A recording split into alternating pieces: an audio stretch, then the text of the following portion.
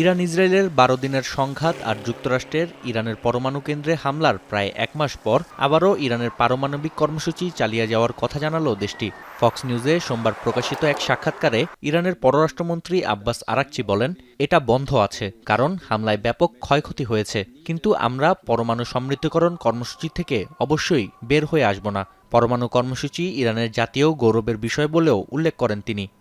কেসারেন শেকড় থেকে শিখরে। It is an achievement by ourselves. The technology is there. The scientists are there. The people who have run these facilities are there. Buildings can be rebuilt. Facilities can be rebuilt. Machines can be, replaced because the technology is there. ইরানের কর্মসূচি সবসময় শান্তিপূর্ণ ছিল বলে দাবি করে পররাষ্ট্রমন্ত্রী বলেন, ইরান কখনোই পরমাণু অস্ত্র তৈরি করবে না। I am ready to engage with them.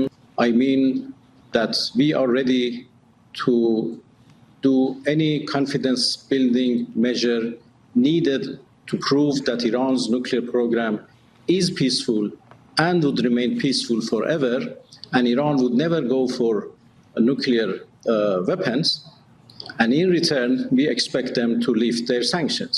এদিকে পরমাণু ইস্যু নিয়ে তুরস্কের ইস্তাম্বুলে ইরানের সঙ্গে ফ্রান্স, ব্রিটেন এবং জার্মানির নতুন করে আলোচনা শুরু হবে শুক্রবার। সোমবার তেহরানে এক সংবাদ সম্মেলনে একথা জানান ইরানের পররাষ্ট্র মন্ত্রণালয়ের মুখপাত্র ইসমাইল বাঘাই।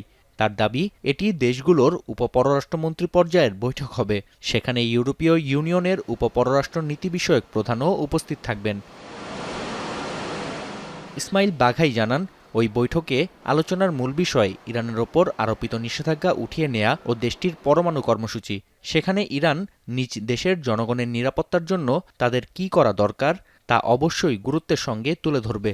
هم قصور داشتن هم تقصیر در ایفای تعهداتشون طبق برجام و بدتر اینکه بعد از تجاوز نظامی رژیم صهیونیستی نه تنها ২০১৫ সালের পরমাণু চুক্তিতে থাকার পরেও ফ্রান্স, ব্রিটেন এবং জার্মানি ইরানের পরমাণু কেন্দ্রে সাম্প্রতিক হামলার পর চুপ থাকায় সমালোচনা করেন তিনি।